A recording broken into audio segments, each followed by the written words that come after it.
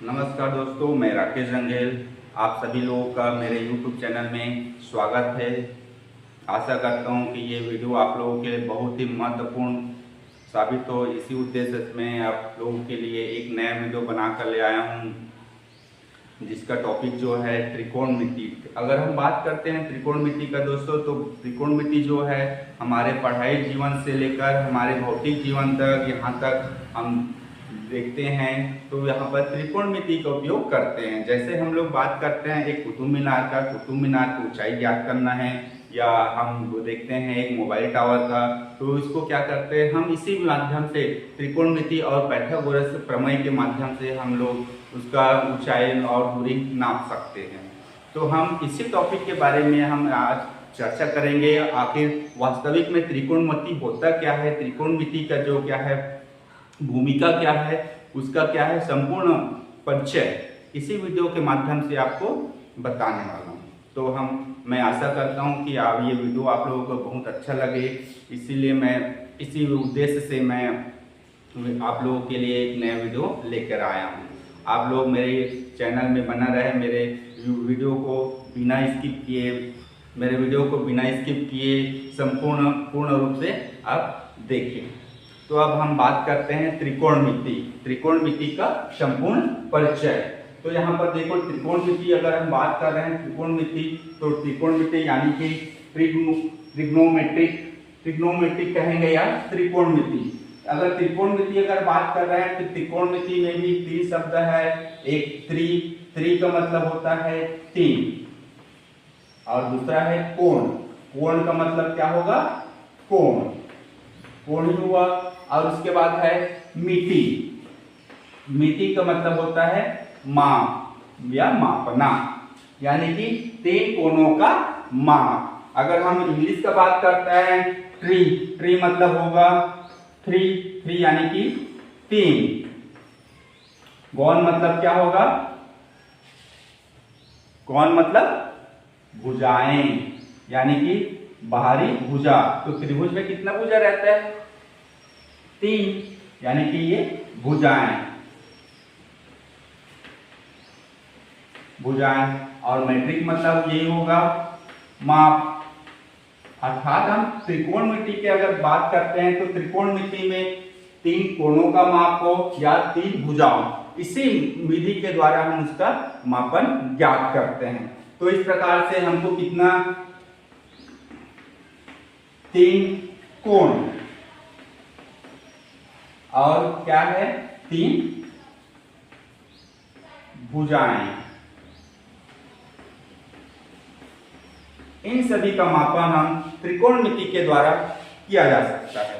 तो आइए हम बात करते हैं इसके स्टार्टिंग। यहाँ पर त्रिकोणमिति अगर वास्तविक में होता क्या है, कहाँ से आया, कैसे आया, और इसका हम लोग किस प्रकार से उपयोग में लाए जाते हैं। तो अगर हम बात करते हैं यहाँ पर त्रिकोणमिति का,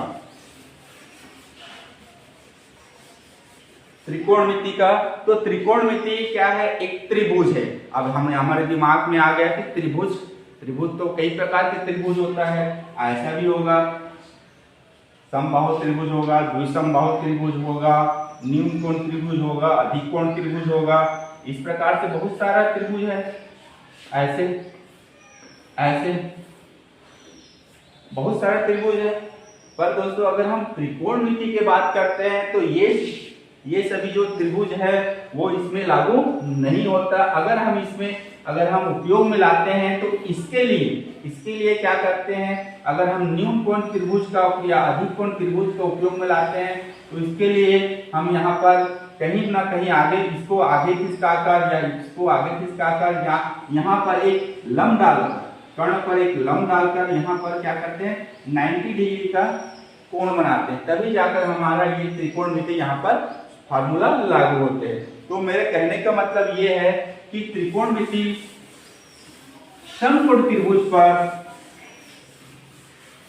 लागू किया जाता है। समकोण त्रिभुज जिसका एक कोण क्या होता है, 90 अंश का होता है। ये जैसे यहाँ पर एक बना लेते हैं एक समकोण त्रिभुज।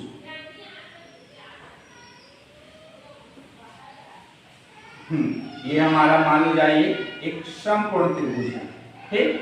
एक क्या है, समकोण त्रिभुज है। मान लो ये वाला जो कोण है वो 90 डिग्री का दिख रहा है, दिख रहा है, ठीक। अब इसका हम क्या करते हैं, नाम दे देते हैं। नाम क्या देते हैं, जैसे क्या यहां से चलो चालू करता हूं, ए बी और ये सी, ठीक। एक समकोण त्रिभुज है ए बी सी, इसमें से क्या है, सी कोण जो है 90 अंश का है, ठीक, 90 अंश का है। अब यहां पर देखते हैं, यहां पर इसका नाम अगर हम बात करते हैं इसका नामकरण का, तो नामकरण का क्या करते हैं, आर्यभट्ट ने इन सभी का क्या किया, नामकरण किया। तो जैसे हमारे बात करते हैं एक परिवार का जैसे बात करते हैं, परिवार में क्या रहता है, एक मुखिया रहता है। परिवार में क्या रहता है, एक मुखिया। मान लो जाए इस त्रिभुज में क्या होता है, एक तो क्या होता है 90 अंश है, तो ये तो मुखिया बन नहीं सकता। बाकी जो बचा है यानी कि ये वाला कोण और ये वाला कोण, ये क्या है, दोनों मिलाकर क्या होगा, 90 अंश होगा। मान लो जाए ये कोण ये 30 अंश का है, तो ये वाला कोण कितना अंश का होगा, 60 अंश का होगा।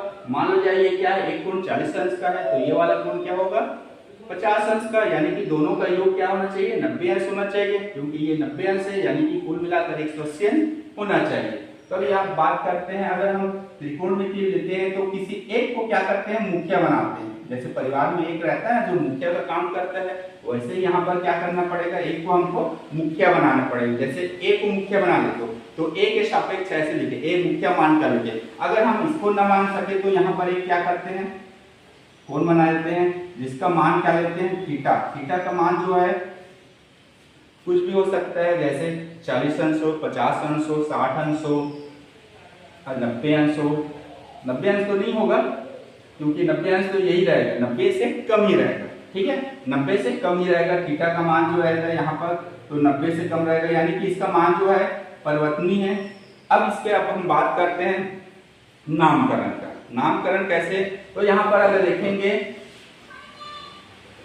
आर्यभट्ट जी ने क्या कहा कि जिस भुजा पर 90 अंश का कोण और क्या है, मुख्य कोण निर्मित हो रहा है, थीटा कोण निर्मित हो रहा है, उसको क्या बोलेंगे, आसन्न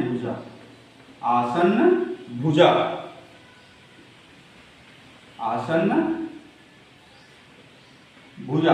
अब उसको हम और भी बोल सकते हैं, क्या है, ये जितना भी है, ये त्रिभुज जो है वो किस पर आधार है, किस पर क्या है, विराजमान है, ये इस वाले भुजा पर। तो इसका क्या हो जाएगा, ये आधार, इसका क्या हो जाएगा, ये आधार। अब हम बात कर रहे हैं यहां पर थीटा, ठीक है, जो मुख्य भुजा है, मुख्य के जस्ट सामने वाले जो भुजा, इसका सामने वाला भुजा कौन हुआ, ये। तो ये वाला भुजा है वो क्या होगा, इसके सामने है, यानी सम्मुख। इसको क्या बोलेंगे, सम्मुख भुजा, ठीक। क्योंकि अगर हम बात कर रहे हैं, देख रहे हैं यहाँ पर जो क्या होता है, त्रिभुज का ये वाला जो क्या होता है, भुजा जो है, इस पर क्या है, लंबार्ध है। तो इस प्रकार से हम इसको लंब भी बोल सकते हैं। तो ये क्या हो गया, लंब, ठीक, ये क्या हो गया हमारा लंब। अगर हम बात कर रहे हैं अब इस वाले भुजा का, तो इस वाले भुजा में क्या हो रहा है, यहाँ पर देखेंगे त्रिभुज में सबसे बड़ा भुजा कौन सा है, ये वाला भुजा। त्रिभुज में सबसे बड़ा भुजा कौन सा है, ये वाला भुजा। अगर हम बात करते हैं महाभारत का, तो महाभारत में पांचों पांडवों का सबसे बड़ा भाई का क्या नाम था, कर्ण। तो अगर हम बात कर रहे हैं यहाँ पर सबसे बड़ा वाला त्रिभुज का, तो इस भुजा का त्रिभुज में भुजा का सबसे बड़ा भुजा का क्या नाम रखेंगे, कर्ण। तो आर्यभट्ट जी ने इस प्रकार से सभी भुजाओं का नामकरण कर दिया, जो क्या नीचे रहता है। हाँ, अगर आप इस बात का हमेशा याद रखना, अगर ये क्या होता है, अगर यहां पर क्या करते हैं, इसी में हम देखेंगे, यहाँ पर ये तो 90 अंश का रहेगा, ये तो पता ही है। अब अगर मान लो जाए इसके सापेक्ष हम लोग ले रहे हैं, यहाँ पर थीटा मान रहा है, यानी कि मुख्य कोण किसको मान रहा है, यहाँ पर ये वाला भुजा पर, ये वाले भुजा को क्या कर रहे हैं, ये वाले कोण को क्या मान रहे हैं, मुख्य मान रहे हैं। तो यहाँ पर इसका क्या है, दिशा क्या हो जाएगा, चेंज हो जाएगा, क्योंकि यहाँ पर वही भुजा पर उसी को आधार मानेंगे जहां पर ये थीटा और क्या है 90 अंश का क्या होता है, दोनों का कोण बनाता रहे। तो ये इसके लिए क्या हो जाएगा, ये आधार हो जाएगा, और ये क्या हो जाएगा, लंब, और ये कर्ण। तो इस प्रकार से लंब और आधार दोनों का क्या है, लंब और क्या है, आधार जो है वो क्या है, लंब और आधार वो क्या करते हैं, थीटा के मुख्य कोण के आधार पर क्या होता है, वो बदलते रहते हैं। तो ये हमारे दिमाग में हमेशा याद रखना है कि हम किसके सापेक्ष ले रहे हैं, कौन से कोण के सापेक्ष हम यहाँ पर क्या बात कर रहे हैं। तो इस आधार पर क्या हमेशा याद रखना है, यहाँ पर 90 अंश का कोण, और क्या है यहाँ पर जो हम लोग मुख्य कोण ले रहे हैं, मुख्य कोण क्या ले रहे हैं हम लोग, थीटा। यहाँ पर एक कोण को मुख्य कोण रहता है, जैसे परिवार में एक मुखिया रहता है, वैसे यहाँ पर एक मुख्य कोण रहता है, उसको क्या लेंगे, थीटा। तो दोनों कोण क्या है, जिस भुजा पर बनता है वो आधार कहलाता है, वो क्या कहलाता है, आधार। ठीक, अब यहाँ पर हम बात कर रहे हैं, आर्यभट्ट जी ने ये तो नामकरण कर दिया, अब इसका संबंध देखते हैं। तो यहाँ पर क्या है, तीनों भुजाओं का क्या है, संबंध। तो संबंध यहाँ बात करते हैं, तो इसका इसके साथ संबंध रहेगा, यानी कि एक संबंध ये हो गया। अब जस्ट इसके साथ संबंध रहेगा, यहाँ पर भी होगा, इस भुजा का इस भुजा के साथ संबंध बनेगा, और उसी के आधार पर यहाँ पर भी इसके साथ संबंध बनेगा, उसी प्रकार इसके साथ संबंध बनेगा, और उसी प्रकार क्या है, इसका इसके साथ संबंध बनेगा, उसी प्रकार इसका भी बनेगा, इसका इसके साथ संबंध बनेगा, और उसके बाद क्या है, इसका इसके साथ। इस प्रकार से कुल कितने संबंध बन रहे हैं, 6 संबंध बन रहे हैं। अब हम बात करते हैं इन 6 संबंधों का नाम, हम कैसे नाम करेंगे। तो यहाँ पर अगर हम बात कर रहे हैं 6 संबंधों का नाम, तो अगर हम देखते हैं आर्यभट्ट जी ने इन संबंधों का क्या नाम दिया है। तो यहाँ पर आर्यभट्ट जी ने अपने शब्दों में, यहाँ पर सबसे पहले हिंदी में अगर बात करते हैं, स्टार्टिंग यहाँ पर देखो, तो सबसे पहले क्या नाम दिया है, ज्या। सबसे पहले संबंध का क्या नाम दिया है, ज्या।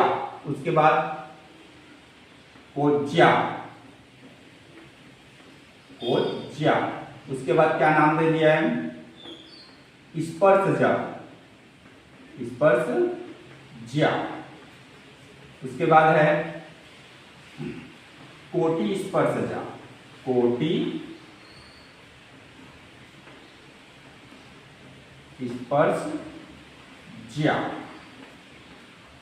उसके बाद है युकोज्या। उसके बाद है युज्या।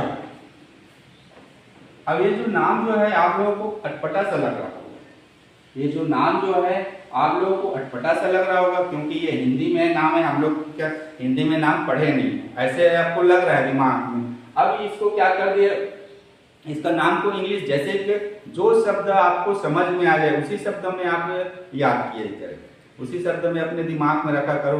तो यहाँ पर क्या हिंदी रहे चाहे इंग्लिश रहे, जो आपको सरल लगे उसी शब्द में आप आगे बढ़ा करो, तो ज्यादा अच्छा रहता है आप लोगों को।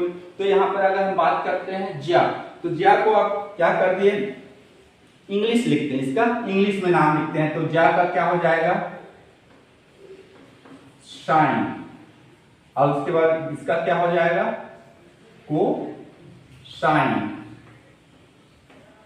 और उसके बाद इसका हो जाएगा टेंजेंट। उसके बाद हो जाएगा कोटेंजेंट। उसके बाद इसका हो जाएगा, युकोज्या को इंग्लिश में क्या नाम दे दिए, सेकंड। और उसके बाद युज्या को क्या नाम दिया, को सेकेंड। तो इस प्रकार से ये हिंदी नाम का क्या कर दिए यहाँ पर इंग्लिश नाम में ट्रांसलेट कर दिए। तो अब यहाँ पर देखते हैं, ये भी बहुत लंबा लग रहा है, लंबा लग रहा है। जैसे कि परिवार में कोई नाम रहता है, बहुत बड़ा नाम रहता है, जैसे दीपांशु, दीपांशु नाम रहता है, तो हम उसको क्या करते हैं, शॉर्ट में दीपू बुला देते हैं। तो वैसे ही यहाँ पर क्या करते हैं, इस नाम को याद करने में बहुत अटपटा लग रहा है, अटपटा लग रहा है ना, तो इसी को क्या करते हैं, इस पर शॉर्ट लिख देते हैं। तो शॉर्ट में क्या करते हैं, यहाँ पर क्या लिखेंगे, साइन का साइन, कोसाइन का कॉस, और टेंजेंट का टेन, और उसके बाद कोटेंजेंट का कॉट, सेकेंड का सेक, कोसेकेंड का कोसेक। ठीक, तो इस प्रकार से क्या हो गया, यहाँ पर ये शॉर्ट नाम हो गया जिसको हम लोग याद रखते हैं, sign, cos, tan, cot, sec, cosec. ठीक, तो यहाँ तक आप लोगों को समझ में आ गया। अब मैं यहाँ पर बात करते हैं, यहाँ पर ये जो है इसके साथ मुखिया का नाम जोड़ा होना चाहिए। जैसे यहाँ पर हम बात करते हैं मुखिया का, बात करते हैं, मान लो जाए इस त्रिभुज में मुखिया को क्या मान लेते हैं, ए। तो यहाँ पर क्या है, sine A, cos A, tan A, cot A, sec A, cosec A, ऐसे लिखेंगे। क्योंकि इसको बिना मुखिया के साथ यहाँ पर हम लोग नहीं लिख सकते, क्योंकि इसके बात कर रहे हैं। अगर हम देखते हैं इसके जगह ए ना लिखकर अगर हम मान लो जाए यहाँ पर क्या है, थीटा लिखते हैं, थीटा कोण का बात करें तो यहाँ पर हम थीटा भी लिख सकते हैं, जैसे sine theta, cos theta, tan theta, cot theta, sec theta, cosec theta. ठीक, अब यहाँ पर बात करते हैं साइन थीटा। अब साइन थीटा किसके संबंध को बताते हैं, साइन थीटा जो यहाँ पर क्या बताते हैं, संबंध को, किसके संबंध को बताते हैं, लंब बटे कर्ण। यहाँ पर किसके संबंध को बता रहा है, यहाँ पर साइन थीटा जो है लंब बटे कर्ण, उस संबंध को बताते हैं। ठीक, अब उसके बाद है कॉस, कॉस थीटा किसके संबंध को बताते हैं, यहाँ पर आधार बटे कर्ण, आधार बटे कर्ण। ठीक, कॉस थीटा बराबर क्या हो गया, आधार बटे कर्ण। अब उसके बाद है टेन थीटा, टेन थीटा जो है किसके संबंध बताते हैं, लंब बटे आधार, लंब बटे आधार। ठीक, यहां तक समझ में आ गया। अब यहां पर देखेंगे हम लोग, देखो यहाँ पर हिंदी को देखो, यहाँ पर जो जिया है, जिया का व्युत्क्रम क्या दिखाई दे रहा है, यहाँ पर यु ज्या, जिया का व्युत्क्रम क्या दिखा रहा है, यु ज्या। कोज्या का व्युत्क्रम क्या दिखा रहा है, यु कोज्या। और स्पर्श ज्या का व्युत्क्रम उल्टा क्या दिखा रहा है, कोटि स्पर्श ज्या। यानी कि क्या करना है, ये दोनों क्या है, इसका अपोजिट व्युत्क्रम है। तो यहाँ पर हम यहाँ बदल सकते हैं, जैसे कि इसको बीच वाले को मिटा देते हैं। ठीक है, बीच वाले को मिटा देते हैं। अब यहां पर देखिए, देखो साइन का व्युत्क्रम क्या हो जाएगा, कोसेक, कॉट का व्युत्क्रम क्या हो जाएगा, सेक, और टेन का व्युत्क्रम क्या हो जाएगा, कॉट। तब यहां पर लिखेंगे इसका उल्टा, टेन का उल्टा यहां पर कॉट, तो यहां पर लिखेंगे आधार बटे लंब। ठीक, अब उसके बाद सेक का देखेंगे तो क्या है, कॉस का व्युत्क्रम क्या है, सेक। तो यहां पर कॉस क्या है, इसको पलट देंगे, क्या लिखेंगे, कर्ण, कर्ण बटे आधार।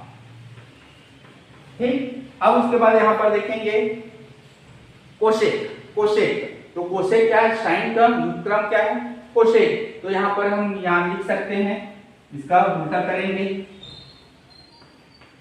कर्ण बटे लंब। ठीक, तो इस प्रकार से आर्यभट्ट जी ने इन 6 संबंध का यहाँ पर नामकरण किया है और किसका किसका संबंध है उन सभी को यहाँ पर दर्शाया गया है। अगर हम बात करते हैं इसका, देखो यहाँ पर ये जो है क्रम है, इसको आप चेंज मत करना, कभी भी याद करोगे, जब भी याद करोगे यहाँ पर sine cos tan cot sec cosec, इसी क्रम से आपको याद करना है। अब इसको याद करने का एक और सिंपल से आसान ट्रिक है। कौन सा ट्रिक है? लाल बटे कक्का। देखो इंग्लिश में लिखना है इसको, लाल बटे कक्का, इसको बोलते हैं लाल बटे कक्का। अब यहां पर देखेंगे लाल बटे कक्का क्या होता है। देखो लाल बटे क्या होता है, एल का मतलब होता है लंब, ए का मतलब होगा आधार और के का मतलब होगा कर्ण। ठीक, तो यहां पर देंगे ये लाल लंब बटे कर्ण, तो क्या क्या हो गया, लंब बटे कर्ण, आधार बटे कर्ण, आधार बटे कर्ण, और उसके बाद है लंब बटे आधार, लंब बटे आधार। तो इस प्रकार से हम यहां पर लिख सकते हैं साइन, ये हो गया साइन कॉस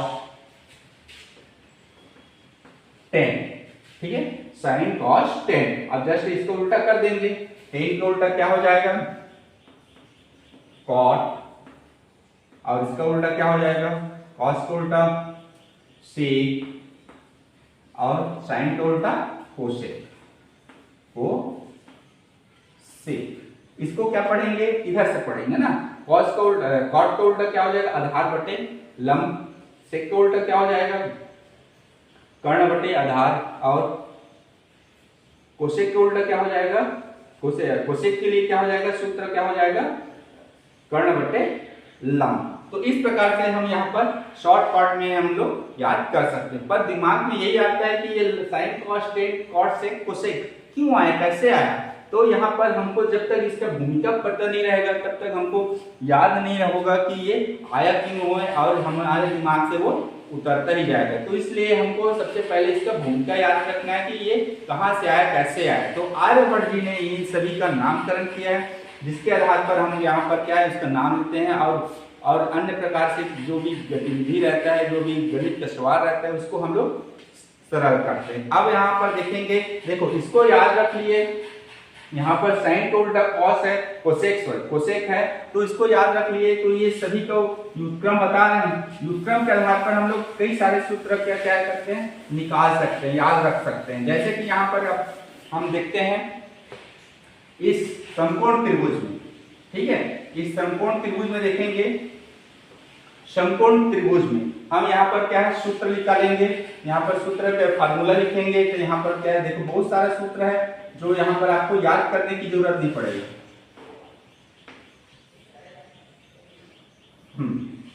बहुत सारा क्या सूत्र है यहाँ पर जिसको हम याद करने की जरूरत नहीं पड़ेगा, अपने दिमाग में यहाँ पर क्या है, इसको अगर याद कर ली तो अपने दिमाग से इसको हम क्या है बना सकते हैं, कोई भी याद रखने की जरूरत नहीं है। जैसे क्या है साइन, पहला सूत्र है साइन थीटा, साइन थीटा जो है किसका व्युत्क्रम है, कोसेक थीटा, तो साइन थीटा इज इक्वल क्या हो जाएगा, 1 कोसेक थीटा। उसी का जस्ट अपोजिट है दूसरा क्या हो जाएगा, इसका अपोजिट, तो क्या हो जाएगा कोसेक थीटा इज इक्वल क्या हो जाएगा, 1 साइन थीटा। अब अगला देखते हैं यहाँ पर कॉस थीटा, तो कॉस थीटा इज इक्वल क्या हो जाएगा, कॉस थीटा का व्युत्क्रम क्या है, सेक थीटा, तो 1 सेक थीटा। इसी प्रकार इसको इधर रख देंगे तो क्या हो जाएगा, अगला सूत्र प्राप्त हो जाएगा। जैसे सेक थीटा, तो सेक थीटा क्या हो जाएगा, 1 कॉस थीटा। अब उसके बाद अगला सूत्र है यहाँ पर क्या है, टेन थीटा का व्युत्क्रम क्या है, कॉट थीटा, तो यहाँ पर क्या हो जाएगा, 1 कॉट थीटा। अब इसी को इधर स्थानांतर करेंगे तो क्या हो जाएगा यहाँ पर cot theta is equal 1/10 theta. देखो इतना सारा हमारा सूत्र जो है हम इसको याद करने की जरूरत नहीं। यहाँ पर क्या है, दिमाग लगाए, यहाँ पर देखे समझ गए तो यहाँ पर क्या है, ये सभी सूत्र क्या है ऑटोमेटिक हमारा क्या है निकल आया। अब उसके बाद यहाँ पर एक और सूत्र आता है, एक और सूत्र आता है और बहुत सारे सूत्र है। यहाँ पर क्या है 100 सूत्र भी निकल जाएगा, पर हमको क्या है जो इजी है आप लोगों के दिमाग से यहीं से निकल रहे हैं उसको हम बता रहे हैं। ठीक है, यहाँ पर एक सूत्र और आएगा tan theta. tan theta is equal होता है sin theta upon cos theta. tan theta is equal क्या होगा sin theta upon cos theta. अब देखो tan का युगक्रम क्या है, tan का युगक्रम क्या हो जाएगा, यहाँ पर tan थीटा का युगक्रम है cot थीटा। तो यहाँ पर अगला लिख सकते हैं tan का युगक्रम क्या हो जाएगा cot थीटा। तो cot थीटा, तो यहाँ पर देखो इसको युगक्रम करना है यानी कि ये वाला जो है इसको क्या कर देंगे पलट देंगे, तो ऊपर में क्या आ जाएगा cos theta upon sin theta. तो इस प्रकार से यहाँ पर एक और नया सूत्र प्राप्त हो गया जिसको हमको याद करने की जरूरत नहीं, केवल और केवल इसको इस टेबल के आधार पर हम इसको क्या करेंगे समझ कर निकालें। ठीक है, तो हमारे दिमाग में कभी जाएगा नहीं। तो इस प्रकार से हमको क्या है समझ कर क्या है सवाल को आगे बनाते जाना है। तो यहाँ पर अगर हमारे दिमाग में आ रहा है कि ये tan theta is equal sin theta upon cos theta, तो यहाँ पर देखो ये तो क्रम को आपको चेंज नहीं करना है, क्रम को आपको चेंज नहीं करना है, इसी क्रम में इसी पैटर्न में आपको याद रखना है sin cos tan cot sec cosec। देखो sin उसके बाद क्या आता है cot, सॉरी sin उसके बाद cos, उसके बाद क्या आएगा tan। तो यहाँ पर देखो sin बटे cos इज इक्वल tan, ऐसे आएगा। ठीक, अगर हमारे दिमाग में आ रहा है कि ये जो है tan theta is equal sin theta upon cos theta होता है, वास्तविक में होता है या नहीं होता है, तो इसको हम सिद्ध करके भी दिखा सकते हैं। इसको सिद्ध करके दिखाएंगे तो यहाँ पर इसको हम सिद्ध करके दिखा सकते हैं। कैसे दिखाएंगे, यहाँ पर देखो क्या है tan theta is equal sin theta upon cos theta. ठीक है, अब इसका को एक साइड में लेना है, लेफ्ट साइड लें या राइट साइड ले, चलो यहाँ पर ले लेते हैं हम लोग, यहाँ पर राइट साइड ले लेते हैं। तो यहाँ पर देखो sin theta upon cos theta, sin theta upon cos theta. अब यहाँ पर देखो sin थीटा क्या होता है लंब बटे कर्ण, तो यहाँ पर लिख सकते हैं लंब बटे कर्ण। उसके बाद है पूरा का बटे cos थीटा का क्या हो जाएगा आधार बटे कर्ण। ठीक, आधार बटे कर्ण। अब देखो बटे के नीचे में और बटे है, ठीक है, बटे के नीचे में बटा रहता है, तो यहाँ पर क्या हो जाता है ये ऊपर पलट जाएगा, तो क्या हो जाएगा लंब बटे कर्ण इंटू कर्ण बटे आधार। यहाँ पर कर्ण कट गया, बचा क्या हमारे पास लंब बटे आधार। ठीक, तो यहाँ पर देखेंगे लंब बटे आधार, देखो यहाँ पर लंब बटे आधार क्या यानी कि क्या हो रहा है tan थीटा, लंब बटे आधार है तो लंब बटे आधार यानी कि क्या है tan थीटा। तो यहाँ पर क्या हो जाएगा लंब बटे आधार यानी कि tan थीटा, तो आ गया। अब इसी का उल्टा यहाँ पर है cot, इसको नहीं लगेगा। ठीक, समझ में आया। तो इस प्रकार से हम लोग क्या करते हैं अनेक प्रकार से सूत्र यहाँ पर निकाल सकते हैं। चलिए हम और इससे जुड़े और कुछ सवाल जो है यहाँ पर क्या है एग्जाम्पल के तौर पर लेते हैं कि इसको हम किस तरीके से हल कर सकते हैं, त्रिकोणमिति के आधार पर हम किस तरीके से इसको प्रश्न को हल कर सकते हैं। चलिए आज लिखते हैं इससे संबंधित त्रिकोणमिति के आधार पर हम यहाँ पर कुछ सवाल जो है हल करने की यहाँ पर प्रयास करते हैं। यहाँ पर एक सवाल है, त्रिभुज ABC में 20 समकोण है तथा AB 24 सेंटीमीटर, BC 7 सेंटीमीटर, तो निम्नलिखित का मान ज्ञात कीजिए। निम्नलिखित का मान ज्ञात कीजिए। अब यहाँ पर हम यहाँ बात करते हैं ये त्रिभुज, ठीक है, जिसमें क्या 20 है। पहले प्रश्न को अच्छे से पढ़ना, जब तक ये आपको समझ नहीं आए तब तक इसको आपको प्रश्न को पढ़ना चाहिए। इसी के बाद आपको क्या है सवाल को बनाना चाहिए। जब तक सबसे पहले हम यहाँ पर एक त्रिभुज बनाएंगे।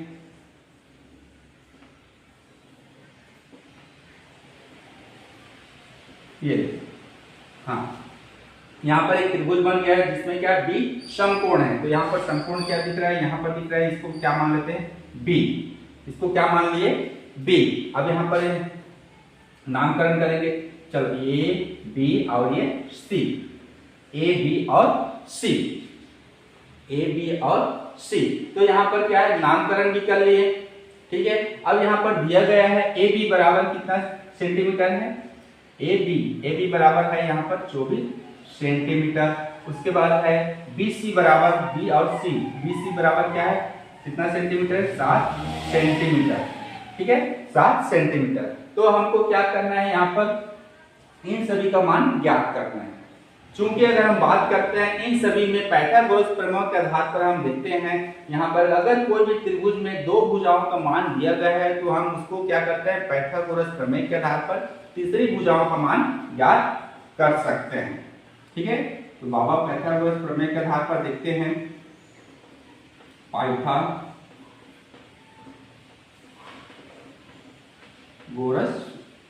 प्रमेय।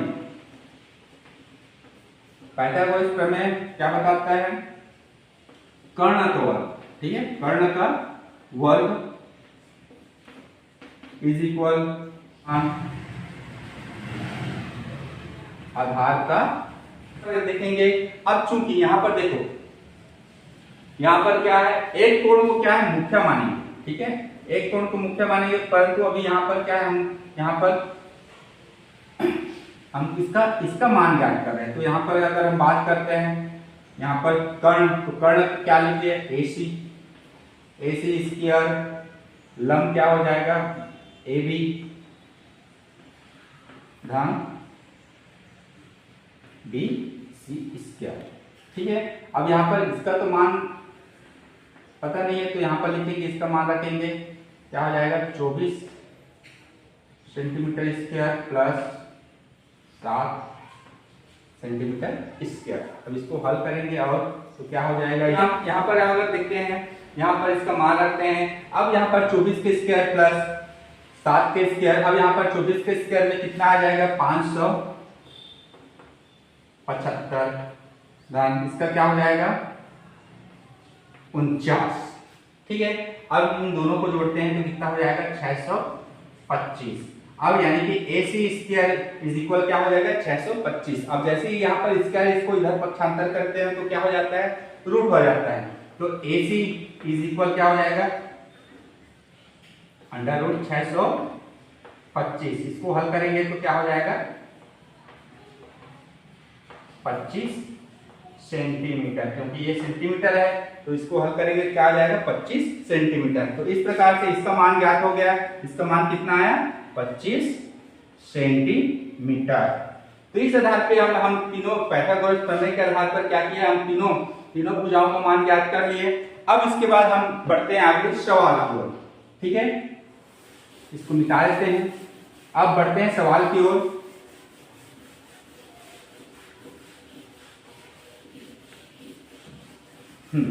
अब यहां पर देखेंगे साइन ए। अब देखो यहां पर क्या है इस त्रिभुज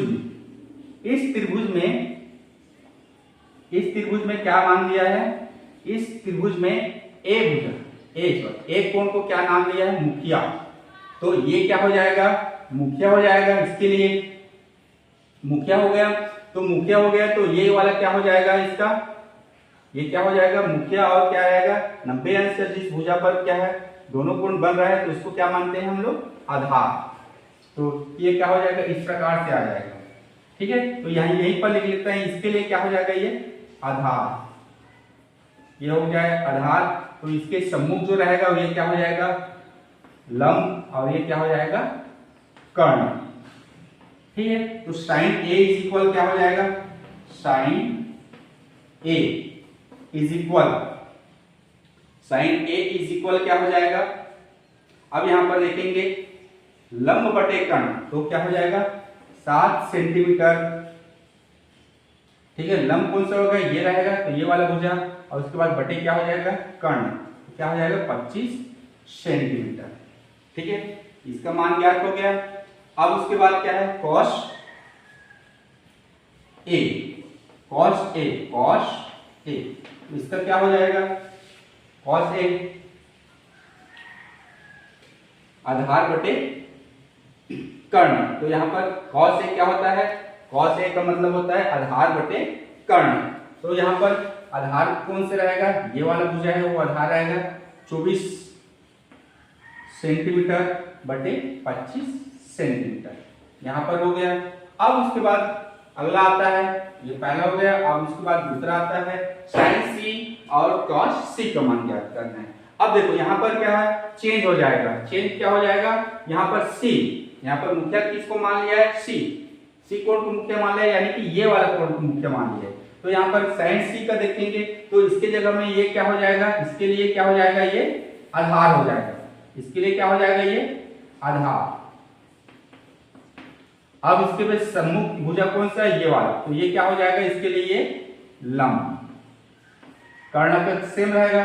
तो इस प्रकार से आप देखेंगे साइन सी, तो साइन सी इज इक्वल क्या हो जाएगा, यहाँ पर साइन रहेगा ये, इसका मान क्या है 24 सेंटीमीटर, और बटे क्या है 25 करना है, यानी कि 25 सेंटीमीटर। उसके बाद है कॉस सी, कॉस सी, तो कॉस क्या होता है आधार बटे कर्ण।